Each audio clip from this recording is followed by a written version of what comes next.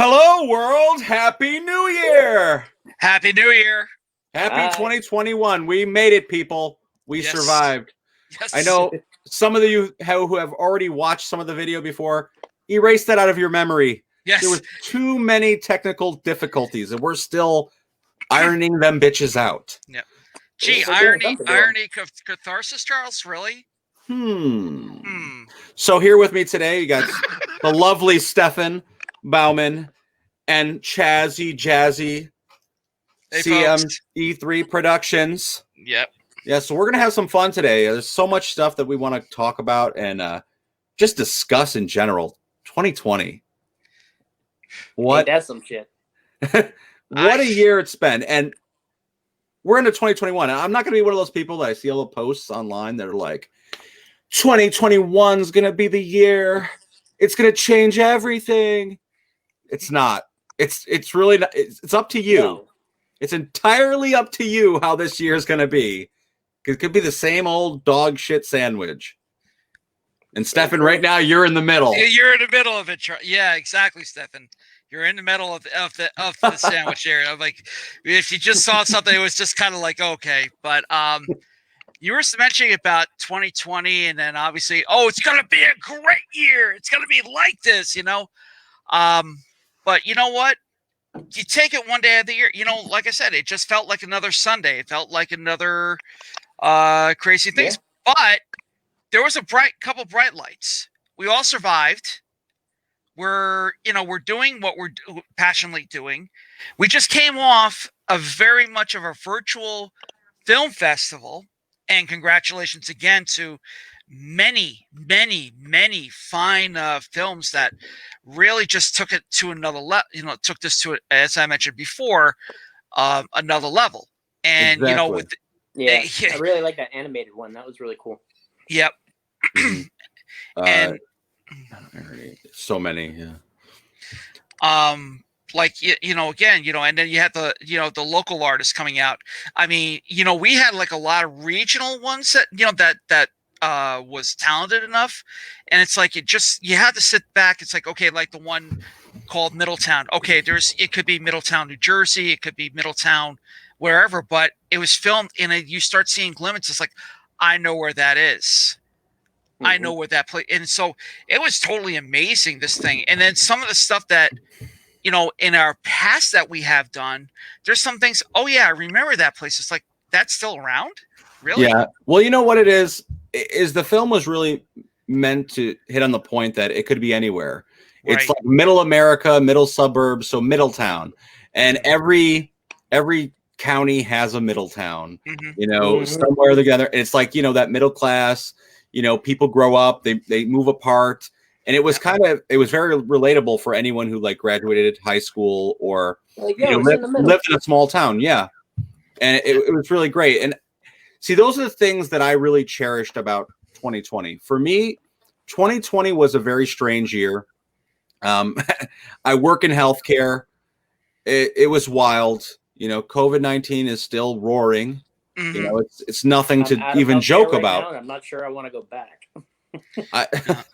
And honestly, I'm there with you. But on the light side of things, COVID-19, you know, this time period, not necessarily COVID, but it really let artists, many people I talk to, really hone their craft. So many different artists have really like, you know what, I'm going to write more. I'm going to think outside the box. You know, how can I do this in a different type of way? And it changed the perspective. It's either you could do that or you could go insane with all your thoughts. So it was like, well, option A sounds better. And I think we all went insane. You know, you just hit the nail on the head with that one, Charles, because, you know, it's like taking a glass globe. You know, everything's clear, crystal. You go one way with this way. Gee, I want to go with this way. Or do we turn it right around and say, no, I want to go through that way? But in any case, it'll all come down into the middle where it's all going to happen with this thing. You know, with the releases and the way, really, to be honest with you, technology, like what we're doing right now, having this chat reviewing something, reviewing and previewing what what are things to come, and Exactly. honing in your craft and just tightening it up. That's even pivotal for actors, actresses, Really? producers, directors, musicians. There's going to be Mhm. you're going to be hearing a lot of new material. Just for example, Marilyn Manson. Marilyn Manson came out with a phenomenal album. It just blew my mind. Or an artist that, if I want to kind of put a plug out to her, Miss Cherry Delight. Miss Cherry Delight is basically very gothic, very Marilyn Manson, very Trent Reznor. It's a mind blower. It is definitely like, I want more of this. Yeah. I mean, look, what you're saying, yeah, I'm looking what you're saying right now is very true. We were talking about the film festival and how we had to evolve for the times with doing it digitally. Mm-hmm. And a conversation that I had with you before is, I know that there will be in-person events in the future. However, I don't think the general public or people in general, we have to open up our mind for how we do it. So I think both options need to be available almost at all times, because there will be people who are still not comfortable to sit in a movie theater. Well, exactly. So, like even with me, like I do primarily professional photography, but I also do now I do the videography as well. And the majority of the business that I've gotten this year has been requests for live streaming of events, not for photos, not for videos, but for setting up a live stream that looks like a TV show with production value. Like, so literally switching between cameras. Like, so we had like 3-4 cameras set up, all with like Ethernet cables and HDMIs and all that crap. And you have a program switching it back and forth like a studio producer. And that was for a church service. Wow. It's crazy. Those are the requests that we're getting now. And even weddings too. Like the wedding I did this weekend, I was the photographer, but the other two handled sound and using live stream. Wow. Yeah, and that's exactly what we're talking about. So like even when, we go ahead and plan another in-person film festival, you have to keep in mind that a big majority of your audience, might still be comfortable with doing it entirely online. So I think there should be a balance, even when, the world opens back up, because that's our great hope of 2021 is that the world opens up and that COVID just miraculously disappears. And it doesn't swallow us. Right. Exactly. So everybody wants things to go back to normal, but I'm a realist and I don't want to shoot anyone's dreams down, but it's going to take some time. Yeah. So still hone your craft, still get creative, and have some fun with it. I mean, 2020, the virtual years, some people have been ahead of this game for a lot longer. Exactly. People that have been masters at online dating, they were ready for this years ago. Right. Oh, I've been online dating for a while. It really didn't make that much of a difference. It's still wacky. Listen, I met my ex online, and I had a few really horror stories when it comes to online dating. And I wasn't prepared for all that. Oh, you know what the newest thing is they all want you to verify your age by going to a site where you have to pay. I'm like, no. It's like, or like me on Instagram. Or you'll talk and for an extra $10. Can you send me money for gas to get there? Oh, jeez. Yeah, it's a wild world. I mean, people are ahead of the curve. I mean, what else TikTok has become extremely popular this year? I need to get on that wagon. I have a TikTok, but I barely use it. I don't understand it. I don't understand Instagram, but I just got to get smart. Because obviously, here I guess the point is being where you're, where look at the situation I'm in. I'm very much single. I need something to do, just as you were saying before, Charles, to hone in the craft. Okay. Personality wise, your acting, the acting way, how to, when you say action, you want to go out in full force. So I'm actually honing my the craft of what I've learned. And it's like now mind you, I've been doing this for a century and a half now. I could actually say it because it's like, I'm in that middle age way of it. Not only that, it's a century and a half. Century and a half. You got to think about it because or okay, I'm going to be recycled 30 plus 4. Figure that one out. Doing the math. Anyhow, you're 34. I don't know. Yeah, no, I'm too 50, fucking okay, stupid. 54. Yeah, I'm going to be. Over my head, man. It's like I'll be screaming when I hit 55, but that's beside the point. But not losing the train of thought. TikTok, Instagram, even something basic like YouTube.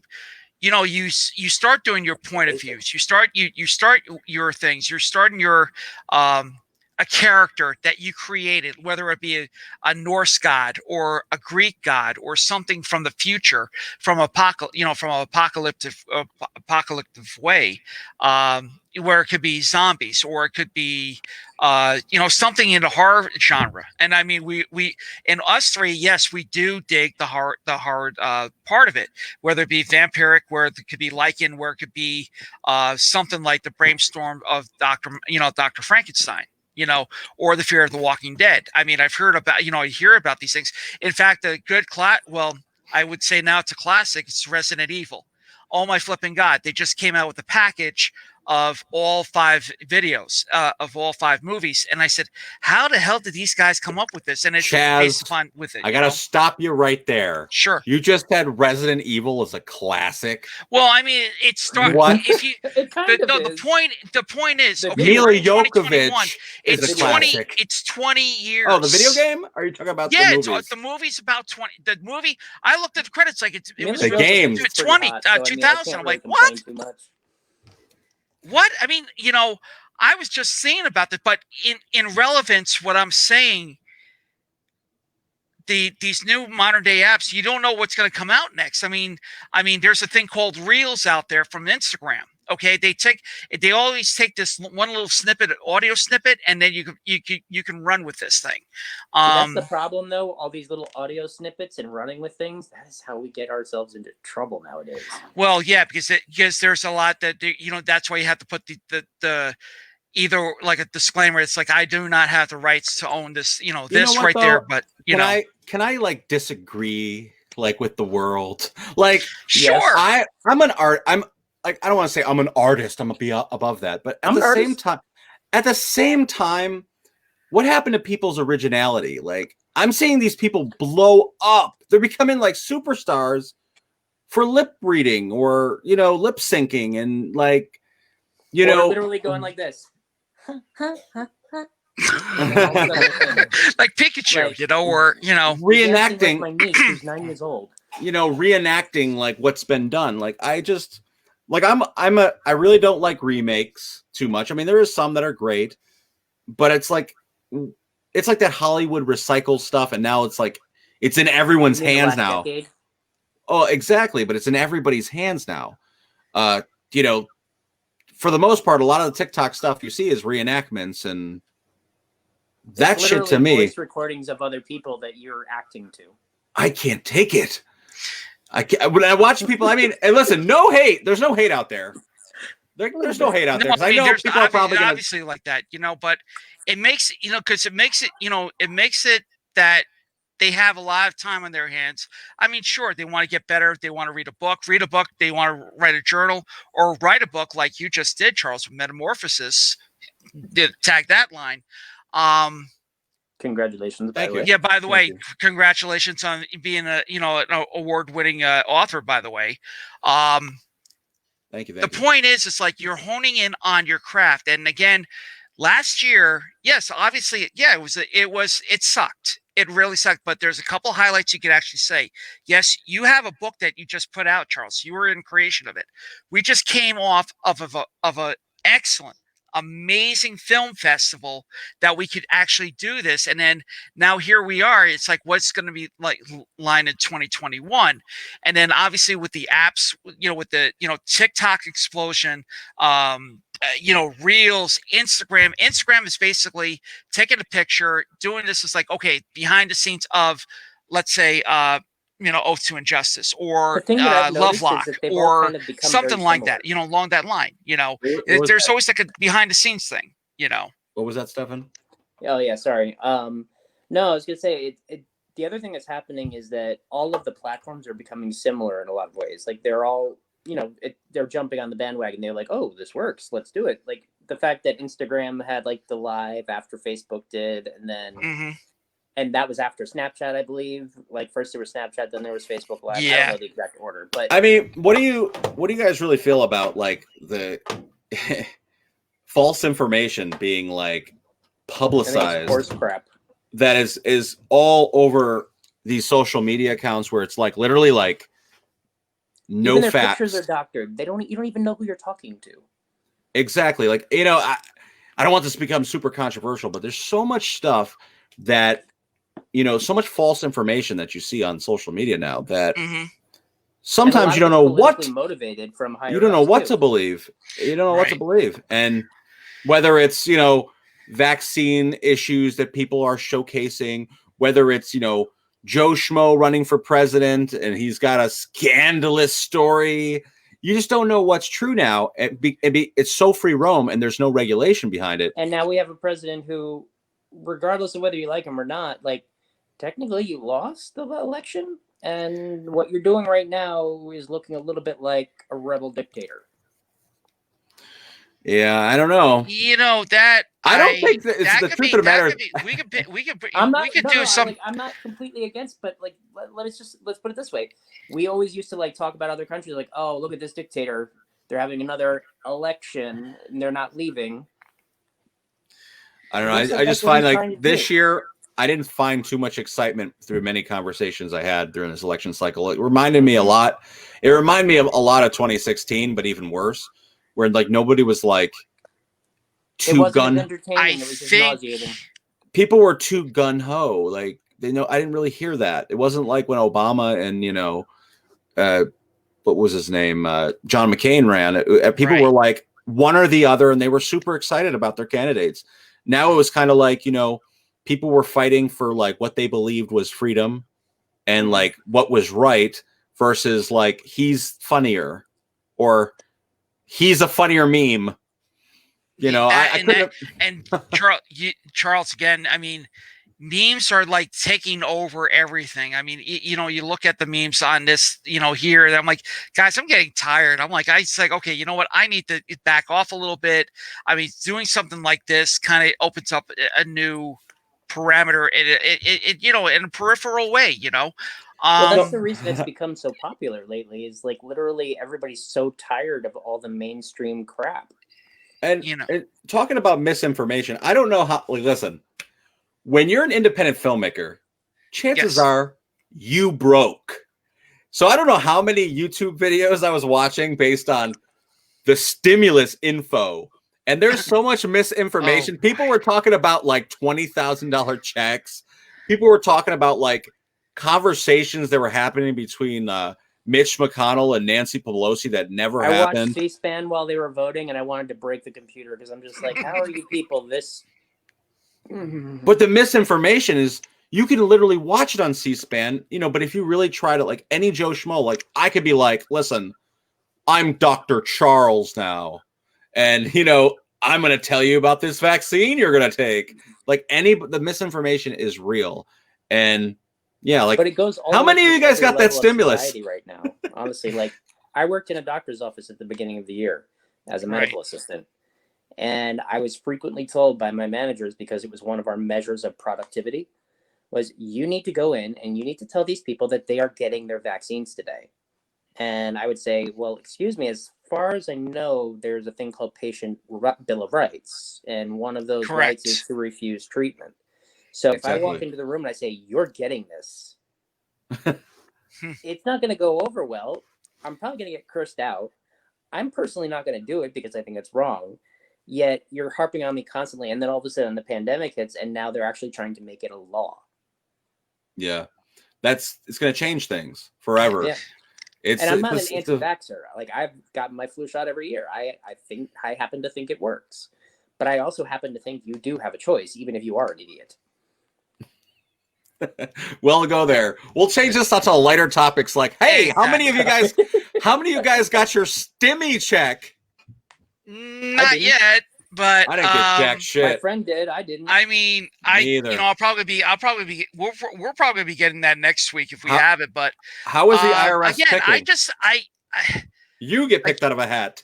You get picked out of a hat. No, you get $2,000. You get $2,000. You get no. You know what? You're gonna get me 600. Okay, whatever. Whatever it takes. You know what? I think. You know, I'm going to be honest. I'm going to get controversial. I don't give a shit what kind of disgrace this gets. We should be getting way more than $6,000. I don't care what any Democrat or Republican is 600. 600. I don't care what any Democrat, Republican are saying. When you're sending billions of dollars overseas to special interest groups and American people are suffering. And you're showing up to vote in an Armani suit. Exactly. There should be. Right and I understand.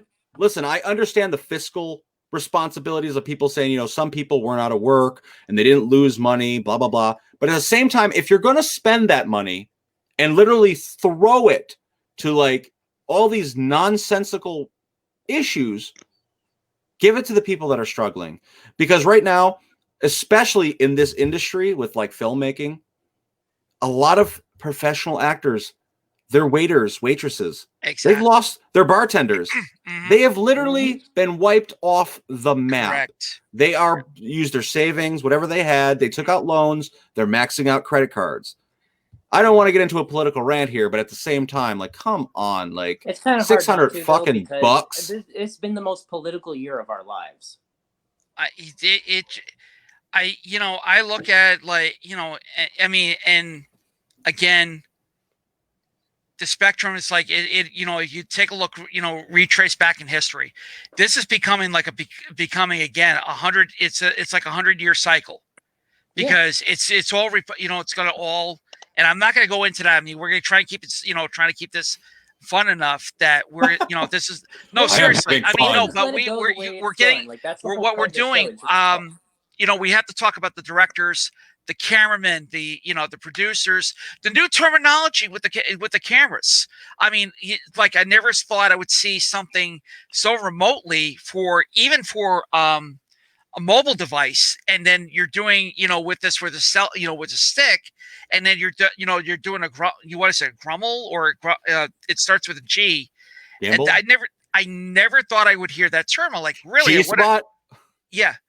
G-spot? No, not G-spot. No, not. Excuse me. I mean, here's the traditionalist that we used to do. It used to be like, you know, middle close-up, or a close-up, or tight close-up, or a wide shot, or something. A Grummel. That's what it is. Grummel. I never thought I would hear a Grummel. What the? And it's like, you know, and Stefan, you know, obviously you're the new generation of with Grummel? With a Nikon, or with a Canon, or with a, you know, with a Vice. Did you just insult him with a Nikon? No. I mean, I'm just saying, you know, whatever the cameras. I mean, it's the like. Well, the fact of the matter is, I showed up and filmed a feature-length film on a camera that was the size of my palm, even though I had the big fancy-looking one. Because exactly. It worked better. Right. And that's the thing. I was worried about even doing it because I was like, this is going to look like a joke. I'm going to just tell you right now, and this is going to change the shift of the conversation, but it's okay, I guess.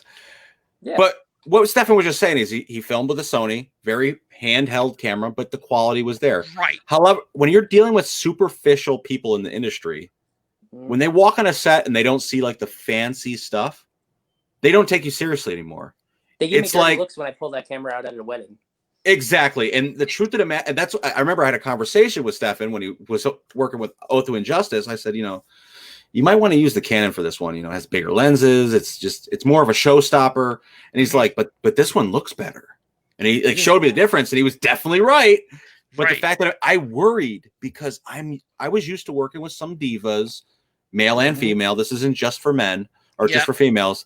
Right. That were like, if they weren't seeing like, you know, multi-thousands of dollars in equipment and giant beautiful sets, that this show wasn't, or movie wasn't worth their time. And I've literally had people say stuff like that, like, this looks cheap, or this is going to be a reshoot, or, you know, not to hurt on anybody I've worked with, but I've heard it. I've heard it through other people's productions. And sometimes that lack of motivation, especially when it comes to people getting paid like limited funds, you may never see them again. Like it's scary, and it's really superficial. It's true. I mean, a huge part of my business has been weddings up until this year, and like whether it be photo or video, you know, I have both cameras with me, and I also have GoPros in my bag as well. And I also have, you know, I'm not going to use my phone at your wedding unless I'm like doing like an Instagram post or something like that. Don't discredit it though. No. Well, we used it for the movie for one of the scenes because exactly we weren't expecting to film, and we're like, well, we got a phone. Listen, not to toot my own horn, but running the International Film Festival, I've seen multiple feature-length films shot on Samsungs and iPhone that look great. There is attachment lenses. If you get the lighting right and the sound right, mixed with, Samsung I mean, this camera's exactly. These film in 4K, you know, and above sometimes. They have great quality cameras. Because of the camera. Yeah.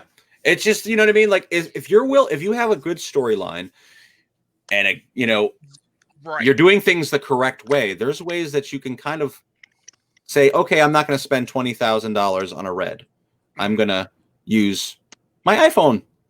You know, you might be getting side glares, but you know what? If people are giving you side glares, you shouldn't be working with them anyway. They'll just give you that inquisitively, you know. Exactly. It's about the end result, not anything else in between. Correct. You know? Like half these pictures on the wall behind me, you can't really see them right now, but like half these pictures were taken on a Canon 20D. That was the one where the viewfinder was like literally this big. You had to like get a microphone to like zoom in pretty much. I mean, a magnifying glass. And, you know, and also on a Fuji S7000 back in like 2004. It was one of those like little hybrid cameras, not quite a DSLR, not quite a mirrorless, not quite a, you know what it is. Yeah. And some of my portfolio images from college were shots that I took on that camera. Wow. Yeah. It's inspiring though. It's willing, you're willing to work for it, you'll get it. You know? I mean, and I guess we could actually bring it, for point of view's sake, look at the film Interstellar. I mean, we're figuring this out. It looks so great quality. It looks, phenomenal. And the guy, he uses a camera, what is it? 35 millimeter or mobile camera or something or mobile, for the mobile device. And it's like, it looks Interstellar. You sure about that, Chaz? I'm pretty sure. I mean, I'm pretty sure he used IMAX cameras. IMAX, that's what it was. Okay. Well, yeah, $500,000. Little different, Chaz. You're talking about people with like caviar taste with beer bottle pockets. Yeah, I mean, what I'm saying is, anyone it had the word "I" in it. Anyone. I mean, anyone could actually shoot a, and again, it's about, what you were saying. The quality of the work, the quantity. It's about the work good ethic. writing of it. It's about have you ever heard of work ethic camera? too. Exactly. It's really about work ethic. No. It's something that I'm going to be investing in because after using it a few times now, it's I was originally going to get that before I got the GoPro, and while I love the GoPro, don't get me wrong, there are some pretty severe limitations with it. Especially when it comes to covering events or live streams, because part of the reason I got the GoPro is like, oh, it does live streaming now, sort of, to your own page and to no other, and that's if you get a connection. A Mevo camera, it comes with like a built-in battery tower that you just like literally put the camera on top of it on a single monopod, and it shoots in 4K, so it's like a full wide shot of the entire scene. But then you have the ability to choose individual sections of the screen and from your cell phone, literally choose which camera angle you want to go to. And it just literally goes from one person to the next. So like if I'm talking, it'll switch to my face, then it'll switch to yours, just like as a studio. And it's not a camera this big. That's pretty awesome. Yeah. I mean, these are things like these pieces of technology, they've changed the way the business is and what our capabilities are. Like stuff like that, I've always wanted to do audience reaction. like setting a camera, like during a premiere of a film, just without having to set up 6 cameras to do it. Exactly. Set a camera up like that just so you can get the audience in like real time as the movie plays, and like just let it rock throughout the film. You know, of course, you're gonna have people sign 360 cameras. I think they're wild. It's just the idea of like something that has like no limitations. There's one that I just saw recently, and I think it's not a new one. I just found out about it. I think it's about a year old now, but it's the 360X or something like that, or X Go. Well, whatever it is, it's like this little nubbin thing basically that you charge by sticking onto a magnetic base, but it comes with a monopod that literally is programmed to edit itself out of the image. So it looks like you have a camera flying around you wherever you hold it. And then you have the ability to change the camera angle and put camera movements into the video after you're already done filming, because you filmed everything in 360. Wow. I would find that to be extremely challenging. Circles, you could do it with a monopod. Yeah. See, I would find that really challenging with editing. Like where to cut. Like where to cut to. That's a whole different like that's like every cut would have to be a jump cut in my mind. Yeah. I mean, I don't want to bore our audience to tears with telling them the technicalities of this, but I would be scared if I was the editor. But like we were talking a little bit about work ethic, and I've been dealing with some of this lately. I don't want to say I'm the master of all trades, because I'm certainly not. And I'm a horrible editor. I just recently I've come to realization I'm not a great editor. And for months and months I was working on a feature film of mine that you guys all know of. And I had time after time technical difficulties. So finally I'm in talks with a professional editor.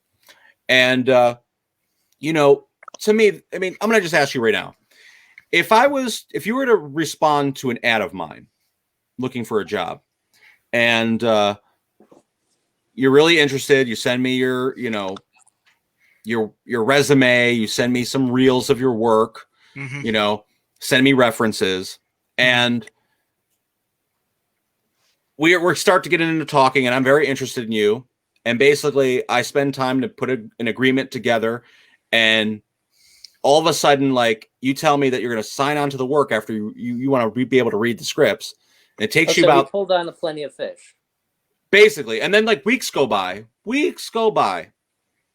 And then you're not hearing from him. So I have to reach out to this guy again. Give him the benefit of the doubt. It's the holidays. He apologizes. we're going to keep on talking. We're going to work on this together.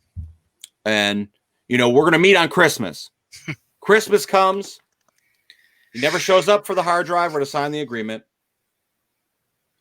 And I take the day off of work for Christmas Eve. Yeah. Right. And then he tells me, maybe in the evening. Evening happens, never shows up. So then the next morning, it's around noon, I message the guy, hey, what's going on? You still interested?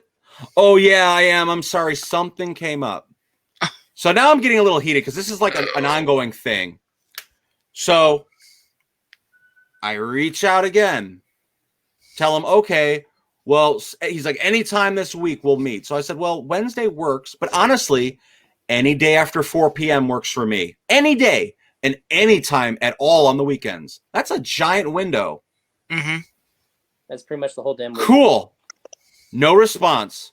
Couple days go by. Respond again. At this fucking point, I just started reaching out to other editors I knew.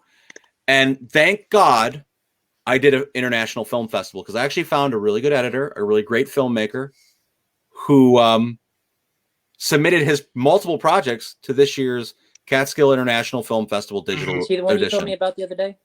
Yeah, he's a very talented young guy, enthusiastic about it. But my whole point of telling this long, dragged out, blah, blah, blah story was the fact that have a bit of like pride in yourself. Professionals.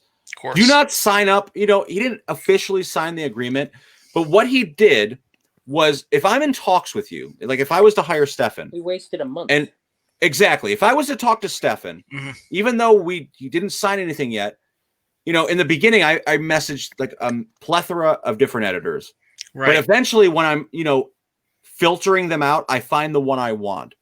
And if we're in communication and I'm putting agreements together, be honest. Say, listen, this isn't for me.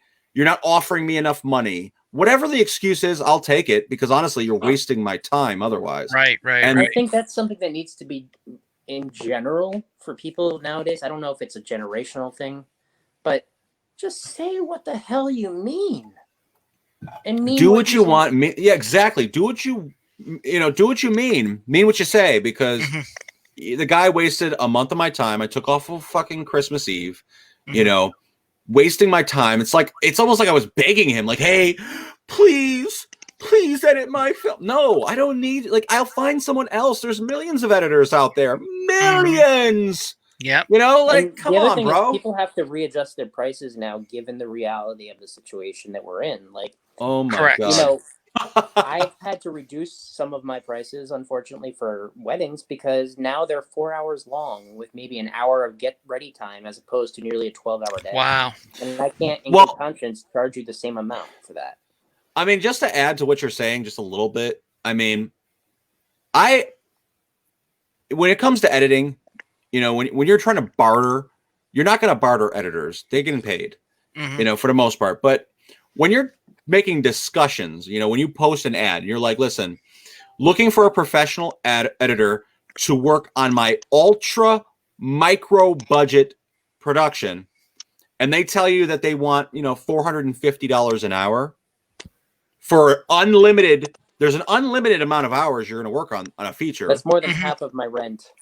But I'm saying, what do you think is going to happen with that? I'm telling you, it's an ultra minimal budget, and you're going to post, I'll do your project for $450 an hour, and I'll have to hire a colorist, and I'll have to do the sound separately. So basically, dude, you're applying to the wrong gig, bro. Period. Come on. Or I'll do the feature for $50K and the short for $15, but sound is separate. Bro, you're applying to the wrong gig, bro. Come on. And then you seem like an asshole if you don't respond, or then when you tell them, it's out of my budget, but thank you for applying. You get two things that happen. People either try to start negotiating from $50K, or they start insulting you. So it's like, I haven't had that how yet. can I win? When you post somewhere, you get insulted. Oh, yeah. Put it this way. I love Facebook. That's what I know. Yeah, that's what we all know. But it's kind of like I don't know Instagram, like we were talking before. I don't know all those other social media platforms. But with Facebook, there's a lot of groups I'm involved in. So when it comes to editors, or if I need a cinematographer or photographer, I post gigs regularly. To me, I should be an employer. I've paid a lot of people over the years. But the point of the matter is, I'll post on there.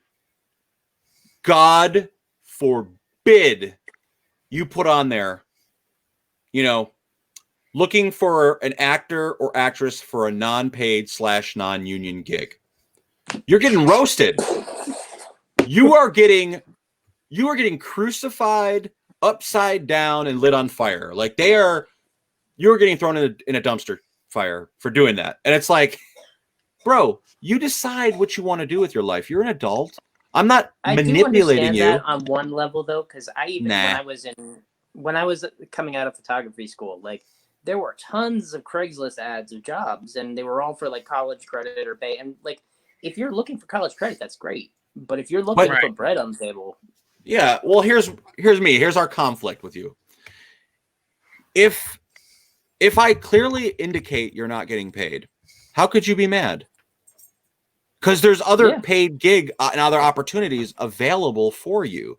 So to me, you're just being a fucking, person looking for an argument in a sense, because it's clearly non-paid, non-union, and a lot of people do get paid. But for the most part, a lot of times with indie films, not just my own, but a lot of other indie films that are out of SAG, people are doing it for their reel. They're doing it for IMDb credit. They're doing it for other reasons. That's a good point. Which is understandable. I would ultimately, I think every filmmaker wants to pay. Right. They do. because it looks better on you. You're going to get better quality people ultimately to work. I mean, I'm not saying that as talent, because I've dealt with a lot of people that didn't get paid that were super talented. But when I say quality, I mean you're coming a set with ambition, because at the end of the day, this is a job for you. Right. Yeah. You know, so, but, you know, going back to the whole topic at hand is a lot of the groups that I post in. And even if you're offering money, it is not up to the standard of a lot of people. And as opposed to just like overlooking it, they feel the need to bash the little guy. So, you know, you'll notice that just for shits and giggles, just post a fake ad on one of these pages just to see what comes of it. And I promise you'll get roasted. I'm not sure I want to do that. I mean, I'll tell you. I mean, but you know, you have to look at certain things, and then you brought up an important point about you know, like the golden ticket. And you know, a friend of mine actually used that term for the golden ticket. It used to be a license for, you know, for radio, but the golden ticket is IMDb. The golden ticket is that resume that you put on there. First, for an example. It's getting a little released, and I'm not going to toot my own horn on this, as Charles would actually say this. I'm not tooting my own horn, but one of the feature films that I was in back in 2012 was on an app called Food. What is it? It's one of those free movie apps, and it's like for independents, for other things. But you had like little ads here and there, and just seeing that on the big screen, on the TV screen, and I was like, holy crap, something came out of this thing. But you know what though, Chaz, just adding what you're saying though, a lot of people don't value that experience, you know, and you can't force everyone to be like, for me, the biggest value of making a movie is making my story come to life, seeing it on the big screen. It's like your dream came true. Right. But for some people, this is their bread and butter, like Stefan was saying. But at the same time, you know what you're signing up for. Correct. And if this isn't for you, look away. There's a lot of things I disagree with, and there's a lot of things that I wouldn't sign up for, but I wouldn't go up on there and be like, you know, but that's the thing with social media. Fuck your mother. Are allowed to have free reign of what they want to say. Like people get on. Sorry, I mean to talk over you. I just said fuck your mother. That's all I said. What? What? Wait, what? Really? What did I say? What?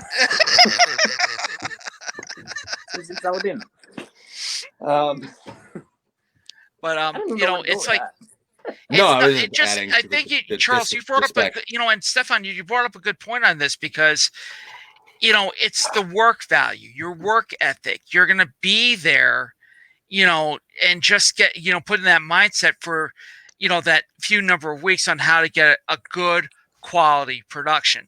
Now, I could say, God, Charles, it's been 6 years of since Savior. And let me tell you something. There's something magic that what was created, and now look at the time span. Look at the productions that you did. You've made some quality work. You made some award-winning work, mind you. Okay, you're quite welcome.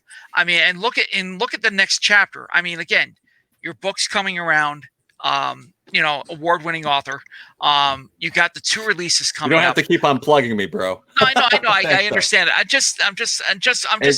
What am I going to be? You know, the Kevin. You know, it's from Silent Bob. But stop trying to butter me up. Yeah, right. But the point is, it's just that it could be anyone. You know, it could be well-known directors that have some real good work. You want to look through it. It's like, let's give it a shot. But you know what?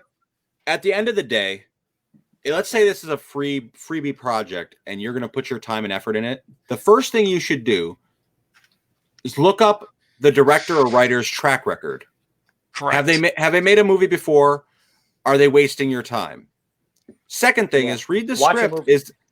Watch their movie. Exactly. Or read their current script. Is it quality? Do I want to be involved with this? The last thing you do is you're making your decision based on nothing and roasting this person. You know, that's a whole thing in itself. My whole thing is about work ethic, really, because I was just dealing with this experience recently with, you know, editors. I'm not going to name their name, but the point of the matter is I'm kind of dumb too, because when I did reach out to some of the references, the first thing that I was told is he's excellent. He is a really brilliant editor and he thinks outside the box. However, he does pull disappearing stunts. And I was like, well, I don't know this guy. Maybe he won't do it to me. But he did. Mm-hmm. It's just, you don't waste people's time, people. Whether it's anything, whether this could be, we're talking about professionally, don't waste people's time. We can talk about dating sites because, they're getting popular in 2021, right? 2020 and into 2021. I guarantee it. Just don't waste people's time, people. I decided to start my dating life again in January, and then COVID hit. Well, the other thing I was thinking about this too. It's like it just hit, along the trend of it, since we're talking about the year and we're, kind of like, I mean, the look back was so pretty much grim, but 2021 is a wide open thing. I'm going to throw this out to you. What genre do you think it's going to be with this? Because I still believe the independent genre, the independent movie making, it's still going to be a big success. You're going to still see on numerous levels with the quality and where the fundamentals are, and then obviously with the help of the platforms. I think they're going to come shorter though, and they're going to get posted on things like YouTube and Instagram. Yeah, I don't want to be a Debbie Downer, but I'm actually terrified for independent films this year. Not because the quality or the content is bad, but I'm worried because when you got major motion pictures going directly to HBO Max, yes, what is that going to? You got brand new movies that didn't hit the movie theaters, hitting like streaming, basically like where the lower independent movies were going immediately. Who do you think? Movies will be there, but I feel like it's going to take away from their attention. You got Wonder Museum within 10 years. Mm-hmm. Yeah, you got Wonder Woman 1984, right?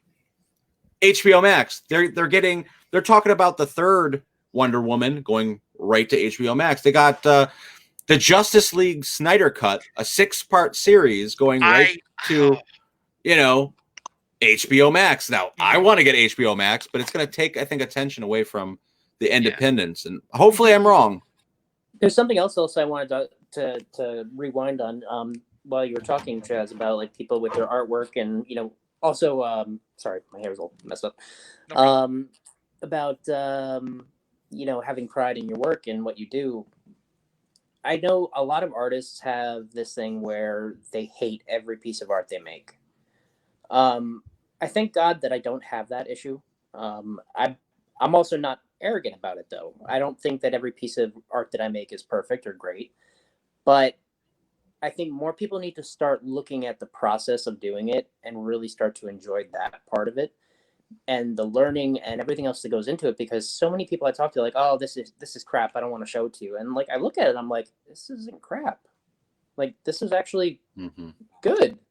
Like give yourself some credit. When I take a picture or if I make a film, I look at it and I go, yeah, I'm proud of that. Could I have done it better? Yes. Let me figure out how. But don't just go like, oh, that's crap, I hate it. Well, you know what? At the same time, there's so many writers that I know that feel exactly what you're saying is very relevant. In writing a book myself, I try to reach out to people I knew that, were either wannabe writers, like that's their dream, or people have already done it before. And a lot of times they're terrified to show you their work, or they're like, oh, it's still not done yet. It's like, you were working on that for like 3 years. There's got to be something that you really love about it. And the problem is, even with me, after publishing the book, I can go back and edit it and like change things, or because there's a lot of details I cut to make it happen. But at the same time, will it ever be, the same? Because now you're altering that moment in time. Like, you can go back and like they just recently, The Godfather 3, which gets so much hate. Loved it. I loved it too. I loved it. But the problem is, it gets so much. Yeah, well, the first two are excellent. They're masterpieces. Of course, it was one of the best. Right now, they did a re-edit of the film. Jeez. because, you know, they wanted to change things that they believed were flawed. But my thing is, once you change that years later, it's like basically it's revisionist history. Yeah, you're changing. Correct. Like you're going back to like, you know, Da Vinci or Picasso, and you're, let's just add this different color here, or, you know, the Colosseum, it would have looked better with like a fucking, lights over the top, or you're just doing something extra that wasn't there.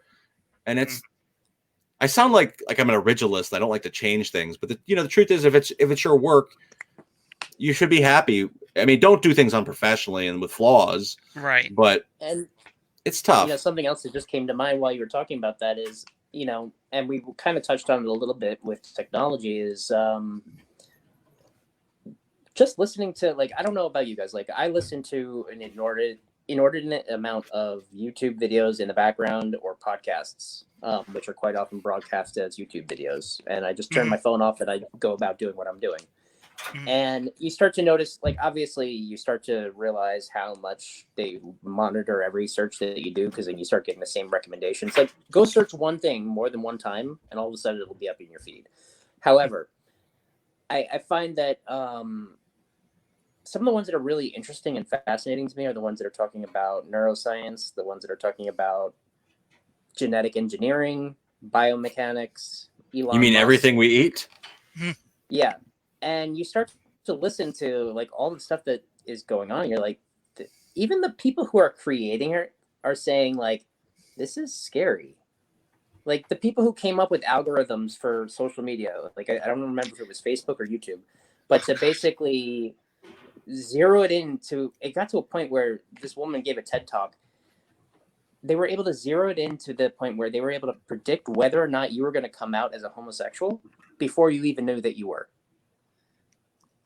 based on all of your searches and behavior patterns. I mean, I totally get the terms with it. I kind of have like a little bit of a better understanding with it. But if you take it, a word like algorithm, or you take a word like that, I'm thinking mathematics. I'm thinking calculus. I'm thinking the old school mathematics terms in some way or form, and I hate math. Yeah, that's you have to relabel it. It's like, because algorithms are always going to be with it. It's always going to be like a mathematical solution. Well, it's like taking something like that, just rephrase the word. Rephrase. The thing is, that's a slippery slope when you're basically predestining anything. And that's exactly that's terrifying, when the creators because of this technology are going, I'm frightened what this could actually mean. You should probably stop making it. They do that in other countries. They've done that throughout history, where they're basically, I mean, they weren't that scientific about it. They were just basically like, your only goal in life is to be a ditch digger. Now, if you tell somebody, I mean, over and over again, wow, you're gonna be a ditch digger, Chaz. You're gonna be a ditch digger. Chances are you might, some people might break. They might only think that's their only option. Yeah. I mean, it's not, people have broken the mold many times. I mean, myself included, I've been talked down to, you're never going to make a movie. People are never going to take you seriously, but not everybody's me. So here's the first point, person you go to for an interview goes, why on earth do you want to get into this field? It's a dead field. I mean, here's the important point, because it's like when once, and I can tell you, I still remember this day. Yes. 54 years, going to be 54. I mean, I grew up around in this area. A teacher, a 5th grade teacher, tells me you'll never amount to anything. That got me aggravated. Here I am, years later, college bound, broadcasting, with the radio and television background at 2 major state schools, and then here I am. I'm a paraprofessional, or I'm like a relief worker over at one of the local schools. Here she is, years later, said, "Okay, you know what? I put a nice smile on my face. You know what? Let me tell you something. Vengeance is best served cold." And man, did I give her a cold, because here I am, years ago. Here's what we were. We were, pursuing our dreams, our career goals. Now, you know what? I mean, I could tell you some of the fields that made, and it's sad to see this something going down, but here's something about with the technology, with the formats and everything else. Anyone could be a star. Anyone could be that passionate with their work. Anyone can be a director. And again, point you were bringing out, Charles, it kind of reminded me about something about the authors. Now, I know we know about the good book, but there's the new prophets are out there today. There's Huxley. with Brave New World, because you kept saying that one little part that you'll be whatever this. There's George Orwell, and then there's a few other ones, and those are the modern day prophets right now. Now you can use whatever you want to do, but the personal belief, what you need to do is follow your own path. Whether it could be, you can't predestine anyone. That's exactly the you follow main goal. your own. So I'm against any sort of believe in yourself, and that's the hardest thing sometimes as a creative. Like, at least for me, is like believing in myself when I know full well I'm capable of doing it. Right. And then how do you pops up and goes, "You can't do it." But how do you guys feel about genetics, where they predestine your baby to say that they're going to have all types of issues and concerns later in life, or that they're going to have psychological issues? Are you more for the type that are like, let's plead ignorance to this and see what happens through time? Or do we want to know how this person's going to die? Yeah. I mean, that's exactly, I just don't understand it. What are you getting out of that? To live in fear for the rest of your life, or be all knowing, scary decision. I mean, it's wild that the topics we're going on tonight, but this is great. I mean, that's the whole point of the show, is to kind of go all over the place. We're having a conversation. We're not conversating because it's not a word. Right. Sorry. It's a good discussion. But, we're having a conversation, and that's what happens. Things get brought up, and it brings up an idea, and you go with it. And some people are going to like it, and some people are going to go, no. And you know what? It is what it is. I'm having fun doing it. I know I'm having fun doing it too. Yeah. We just we gotta figure out a plan. Whether that's meet weekly, get over here, sure, have a scheduled day. We'll figure it out behind the scenes for it for the world. But so that people come in. I'd definitely like to start getting some interviews in. Oh, yeah, that would be fun. I know a few people that would be interested myself, and just because like some of my favorite shows that I watch and listen to, like obviously I've spoken to you about this, Charles, but like Joe Rogan, like he kind of was a big pioneer in a lot of ways. Same thing with Tim Ferriss, Seth Godin, all of those people. Like you listen to them online, and it's like you're told constantly in this field of photography and video, everything has to be short, can't be long, cannot be long, otherwise people are going to lose attention. You can only have 5 seconds, and there's truth to that. Yet I and millions of other people are more and more often drawn to these shows that are 3-4 hours long of just two people talking about whatever. Exactly. And I'm just gonna say, or maybe follow up on some of the directors from the, the works, from the film festival. And again, the point is that I could always say of a valid 2020 was a very successful film festival that we ran, and just seeing this, and then potentially, obviously, there were some, some of them that were painstakingly that was taken away from us. Some not from COVID, but like the riffs of Eddie Van Halen, the musicianship on a few things. I mean, this is like, and it's not like that, but he's like, there's a bright side and there's a dark side to it. The bright side, I would say, for 2020 was definitely the Catskill International Film Festival virtual edition. That was a main success. And then you start seeing I start seeing online other, film festivals that went virtual. And I said, this could be, again, and you touched this earlier before, Charles. And the independent film also was a good thing too, because like that helped to give it gave us something to work on. It was fun and enjoyable. Yeah, exactly. I have so many other people that are interested in getting involved with the next project. I'm really excited. Awesome. I've been writing, but it's like I really want to focus on the other ones to be completed, which now they're out of my hands. They are actually out of my hands. Someone has been hired. Nice. So like I don't have to really worry about that right now. So now come what may, world. But I really do this year, 2021. I am excited to do another feature length independent film, COVID friendly. Yeah. We will do it. Awesome. There's a lot of people that I know, a lot of filmmakers, they're stunted right now. They will not do a film. They're too worried. But if you live in fear, years will go by. As I was telling you before, just because the ball dropped doesn't mean COVID is gone. You know, Right. I slept pandemics. through it. Nothing changed. Oh, they could last years. Pandemics can last years.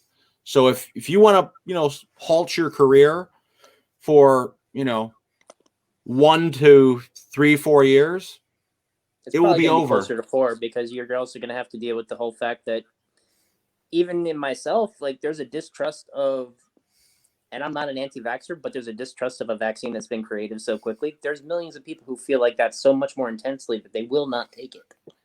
Exactly. And the problem is, you know, even when the world opens up, it's not going to be overnight. It's going to be a slow process, as It's it gonna took be everything this to close. jumpy thing that we've been doing for the past 9 months. Yeah, and it's going to be 2 steps forward, 1 to 3 steps back. And I could probably say here we are, we're fans, you know, looking at the bigger picture that, you know, with this vaccine and whatnot. And it's like this is a wakeful time, or, you know, it's like you feel that you're feeling down or you feel like that anxiety. I look at it this way: pass me the popcorn, pass me the soda. Let's sit and watch and how this is all going to turn out. I mean, let me just tell you something. People that are afraid of the movie theater, maybe you're going to the wrong movie theater. Right. Because They're I'm going to tell you, in the heat of the pandemic, I was in Pennsylvania, and I went to a theater that was so freaking clean. I would probably eat went with you. Indian style on the floor. It was spotless. And we were the only people in the theater watching a movie. Like, yeah, there were 3 of us in the entire damn room. You know, people got to like think like that. You know, businesses are failing. Support your local businesses. Exactly. You know? And Amazon. Really? Oops. I mean, I buy everything. Like my books on Amazon. Don't tell them that shit. Why? We're not going to tell. No.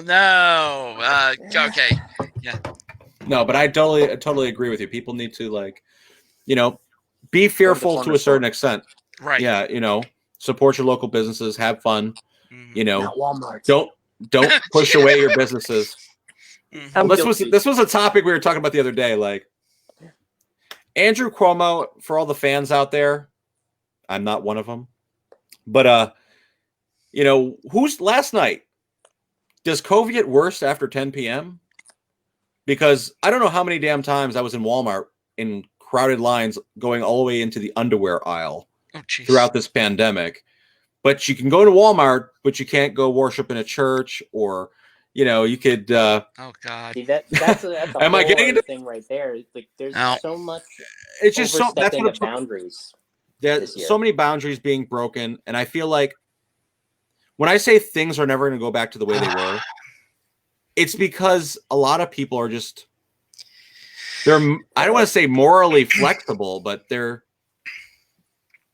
everything's just go with the flow, and, like, you know, people are going to hate me for this. Well, I mean, Charles, 10 years has been go with the lesser of 2 evils. What did we expect? This is different though. Like when the day comes, we're like, it extends all the way down through the entire society. Big business, Amazon, Walmart, Target, they could be opened. Mom and pop got to close by 10. Right. When they have like 25 to 40% capacity. They shut my studio down a month after opening it. Oh, for goodness Now sakes. they're open back up again, but now people are afraid to come in. It's a wild world. You know, there is no real, like, logical reasoning. I do understand social distancing, and I do understand lowering capacity. That makes sense. But if it works for one, it should work for all. Now, mind you, I don't want them to close down Walmart down, because I live in the boonies. That's all. I could tell you horror stories that what I do, and you know what I do during the day, Charles. What do you mean, sell meth? Yeah, you're fun. Oh, you're fun. Fun, really. Let's put it this way. You know, being at the front line, behind a register, behind this, and then seeing someone, it's like, you know, here we are, we're all wearing the mask or social distancing or something like, or even 25 people, 25 plus people coming in and start raiding the store, and I'm not, this is another topic we can go on for hours, but the point is, you take businesses like Walmart, the dollar stores, any dollar store that you can think of, the supermarkets like ShopRite, or Dude, that's my night out. Is go walk around or the it could be dollar store and Tops, what or it can I could get? be Wegmans, or it could be something along that line. I mean, this is like something like that, but I think and I totally hear what you're saying about this. I totally get that, but it's either, in fact, I have to make that decision. Do I really want to go to work, or do I really want to stay home? Half of me want to say I want to stay home and be protected, but in the case of this, I got to earn a living. Well, how about the people that are protected with their masks? They pull it down and they go and eat a grape at the grocery store and put their mask back up. Like, what?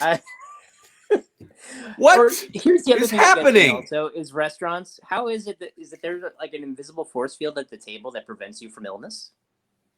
And it doesn't apply to any other section of the restaurant?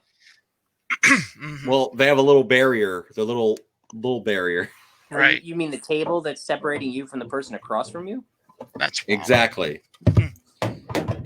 There's no real way to, I guess, to.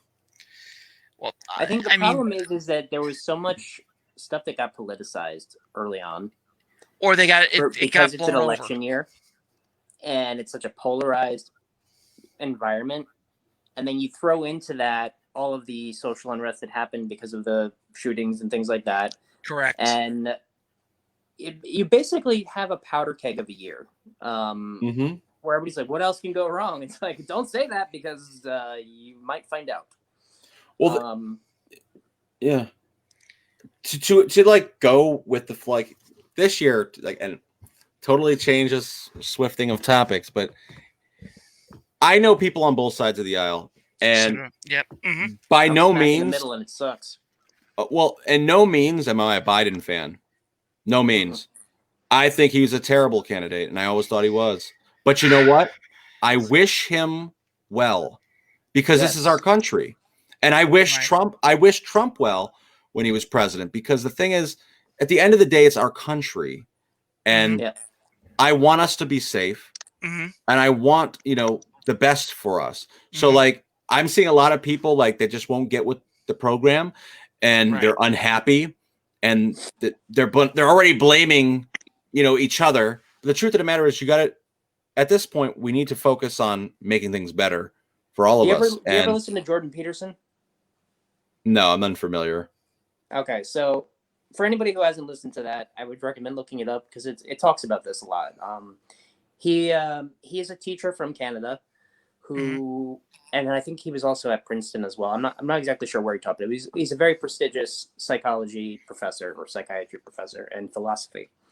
And he got into a lot of hot water about a year or two ago, because during the whole woke movement and everything like that, he is not against people having different pronouns. If they want to have them, they can have them, whatever. But having it compelled by law in Canada, basically, the point he was making is that it opened up a can of worms for a lot of other things, and that people need to take responsibility for their own actions is a big theme through a lot of his own speaking. And it's like, and I don't mean it as I'm not saying for or against that. I'm just saying, like, that was how he became known. That was put him on the map. But when you're listening to him and he explains it, he's actually not bashing the whole thing. He's just talking about, like, if you are going to do that, there are consequences, like in anything that you do in life. But you have to take responsibility and stop blaming everybody else for it. Exactly. And that goes for me too. Like, I have to remind myself sometimes, like, yo, you have a choice. I think what it all boils down to, it's the way we all react. You get to see about these Live Matter things or political life. It's the way it's been, again, you could thank the mass media for this. You could thank the false reporting. You could thank, whatever opinionated that goes.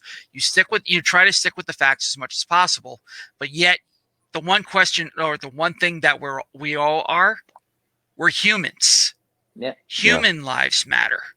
People got to be aware. People be. Got to be aware, though, of where they're getting their news. And the truth of it, and I'm not saying that don't watch this news source, don't watch that one. Correct. You got to be aware Well, watch them all, but at the same time, do your own research, because when you're watching the news, you have to understand that they're backed by political players. And when Fox has got their own political people that leans right, and MSNBC and CNN lean left, you're getting altered news. And you could watch it, but if you have like reporters that are supposed to be unbiased, like saying stuff like the president's a clown, or if you're watching them like sleepy Joe Biden, when you're hearing that as a reporter, to me, whether I'm for or against the candidate, you've already turned me off, because I'm seeing through your bullshit. It's unreal. It's phony. It's superficial. There was a course in college, and if you were, and I don't know about, and really I don't know what it's called on the spectrum this day, but back in the day it was called radio and television broadcasting. Now my senior year was definitely broadcast law, the fifth estate. You have to kind of minimize and look at some of the things that was like, said in that. And this is a classic example. We're living what we saw in the past, and I've seen this before. It's a deja vu scenario, because it's, you've hit it perfectly. It's about finding that right source of facts, and finding the right source and stick with it.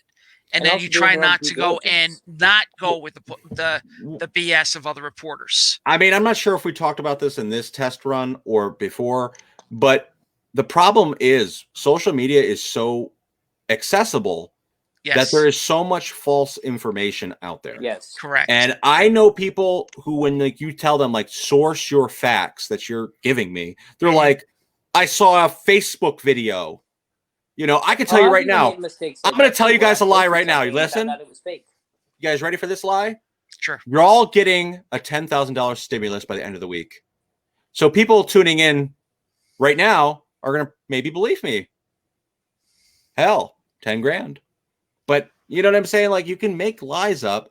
You can make it a little more polished. It might seem a little more legitimized. I could say become news. Exactly. I could say CNN told you that. But that's the problem. And that goes to almost everything. It's like to be controlled, like we're all puppets, but this could be an entire conspiracy channel here. I like that deep thought. Over really. The summer, Trump came to West Point. I remember that. And I know I told you about this, Charles, as well, but like, yeah, right over there. Water. Salt with that lung? Speaking of which, let me see if I can stretch over here. I need my beverage. But I got so tired of listening to all the different news networks saying the exact opposite of one another. And I'm like, which one's true? And so I said, screw it. I'm going to go attend both rallies on the same day and see for myself what is what. Flip a coin. And it was disturbing because it wasn't what I expected. Yeah. That's what you got to do. I don't want to get into it right now because I don't want to start a whole debate, but no, don't. It's like, no, but it's a good point that you brought up, because I'm still part of a big football fan. I'm still a football fan. I kind of watching how the Bills are doing, but my damn right. Yeah, because you know what, Bills are going. There's something about this. I'm biting my tongue and I'm holding back. I want to see them get there. Hopefully they can get there. Get back to the promised land. I hate baseball. A few weeks ago, it was the Army Navy game. That was my Super Bowl. First of all, I didn't realize it was up at West Point. It was in West Point, and here 45 had. Isn't that where they always do the Army Navy games? Huh? Isn't that where they always do the Army Navy? Army Navy football game, and in which mission accomplished, Army did win, and then obviously they took the Commander-in-Chief trophy. But there's allegations. But the point, what I'm saying is, it's like just seeing the facts, the picture, everything, what's going on with this thing. It's definitely like, either do I want to believe it? Do I really want to read into it, or just shrug it? It's like, okay, it's news. Fine. What else is happening? Now if you take like a passing of a few actors and actresses, and singer-songwriters, that would be like, with that entail. It's like, yeah, we can always talk about my memories about it. Not even that is 100% true half the time. Right. You know how many times people put rest in peace and they'll put like Leonardo DiCaprio, and I'm like, still debating whether what? Smalls is dead. Or Willie Nelson. Well, that's different. But you know how many people put up false things, like they kill off people, like Tom Cruise died in a plane accident, or God forbid, I'm not really, but people say crazy shit online. Yeah. Here, we were talking about this before, but what do you guys feel about cancel culture? Because Tom Cruise got. Tom Cruise, right now, he took I don't want to say a political stance, but he took a health standpoint by screaming at his cast and crew, quite belligerently. But, there's people out there that are like calling, well, on the set of the new Mission Impossible, I don't know, what is it, 6, 7? He blew up because people weren't following the COVID regulations, but he was basically, in a way, making it out like he's done so much hard work during this process to make this possible, and that this production is leading the way for other filmmakers, and that thousands and thousands of filmmakers are unemployed right now, and it's because of me, kind of shit. And you need it, and if you do it again, you're fired. Yeah, and he went on a rampage, but right now, like, he's part of a religion that literally has him as a figurehead because people like how outlandish he is, and he lives in a little bubble of protection, pretty much. He's in his own little world. He's out of his mind. A little bit. It's funny is I love him as an actor. He's one of my favorite movies, Vanilla Sky, and I could watch it a million times. I'll never get over that movie. It's like why I like making movies. I mean, it's like Mission Impossible, the first one, I freaking love. I can go. I mean, like I said, I'm looking forward to the Top Gun sequel, Maverick. I'd like to see where this story is going to take off with this. Absolutely. I mean, it's already done. I think it's supposed to be straight. Again, Charles. They're talking about streaming it online or something like that. I want to see what Maverick is going to be doing. I want to see how the storyline with that thing is. Well, and Cobra Kai came out, and that thing was awesome. Yeah. Tom Cruise is can be set up for success, or he can be a target at any place. And again, it could be any Mission Impossible thing, or it could be because I'll be honest with you. There's one of my favorites from him, ever since from Top Gun was the last Samurai. Yes. What an impressive time! But that movie would never be able, due to cancel culture. That movie would never be allowed to be made now. Right? Why? Too much sensitivity. In what sense? Well, the same reason like Mulan and the whole idea of cultural appropriation, cancel culture. A famous white man is portraying a samurai. Was it based on a true story? I don't know. I don't remember. It doesn't matter. Either way, I just don't see that film being able to be made in today's time.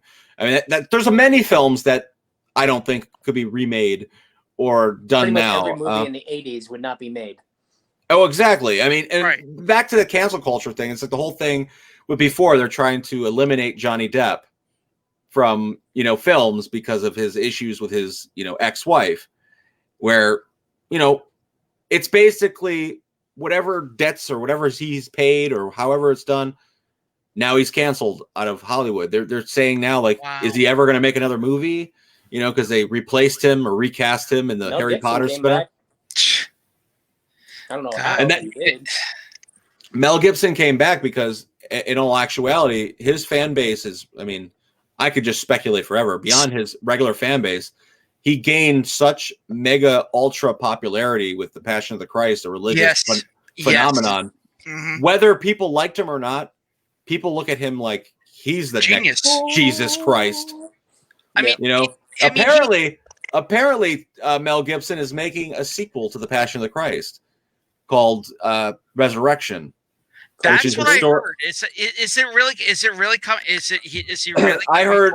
I guess Jim Caviezel, who played Jesus, was even talking about it, which is interesting because that was like 20 years ago or 15 years ago. Yeah. But apparently, that was 18 at the time.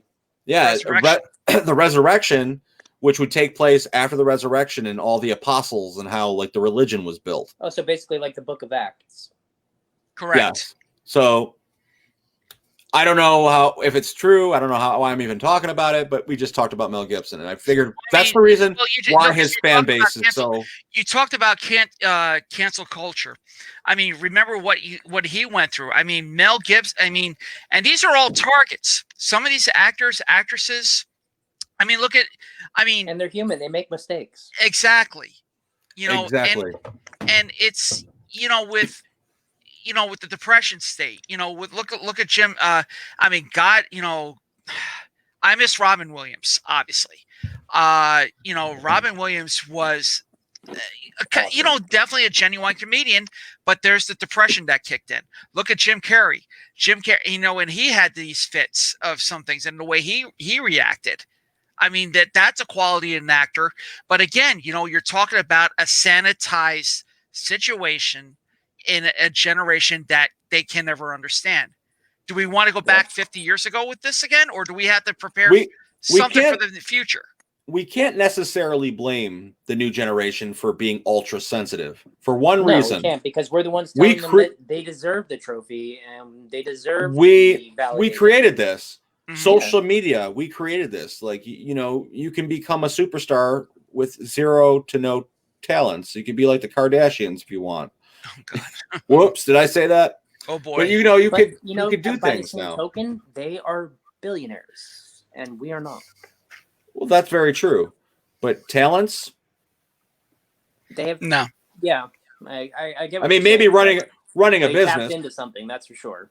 Maybe it's just a stupid part of population. I don't know, but well, reality TV is that's something that I watch reality TV, even though. For myself, if I was ever as an extra on one, I would never do it. What I had to say. Yeah, I mean that's how real it is. Yeah, I was like, what? I just, it's a superficial thing.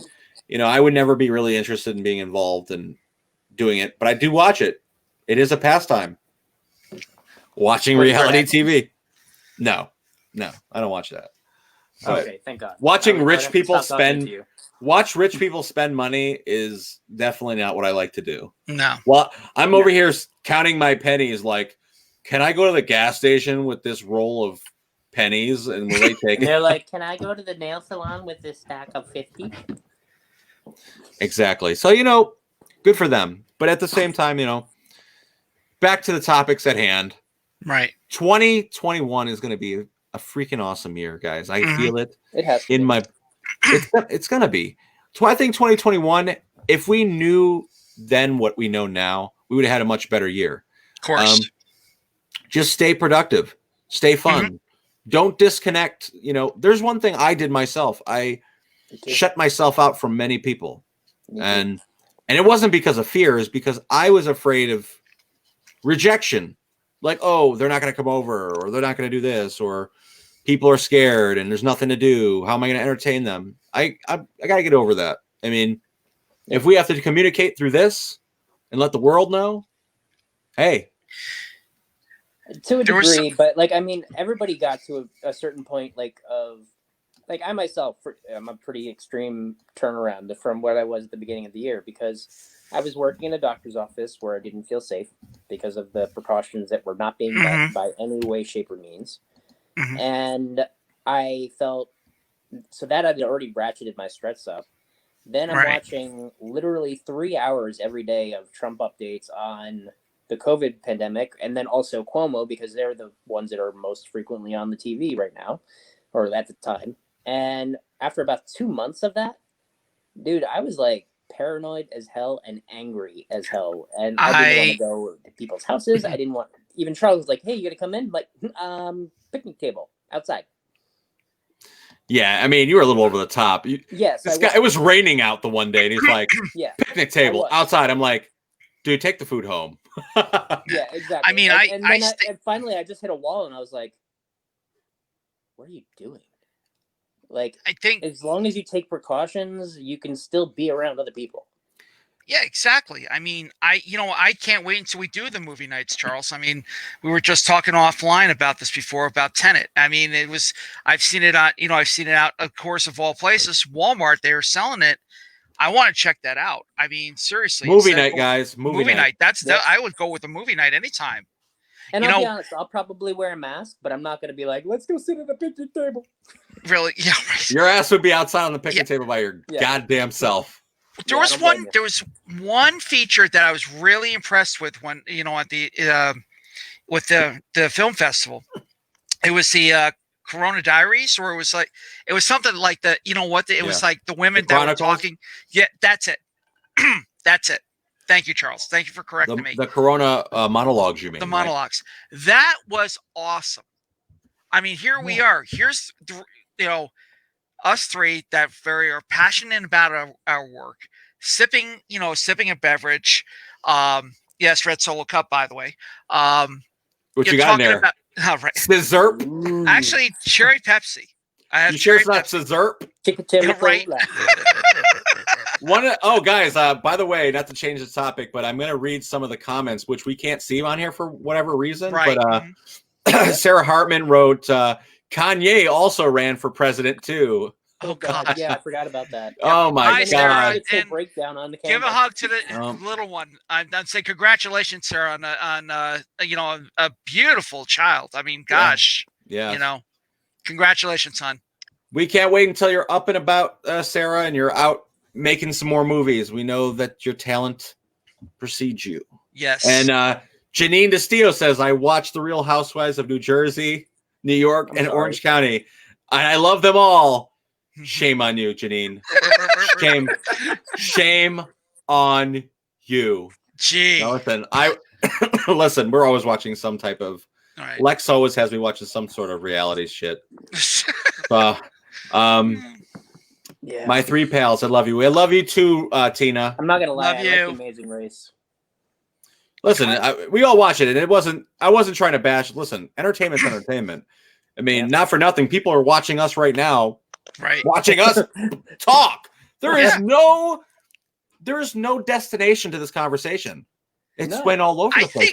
I think we pretty much nailed it on a few things. I mean, from social apps to, what a year 2020 turned out to be.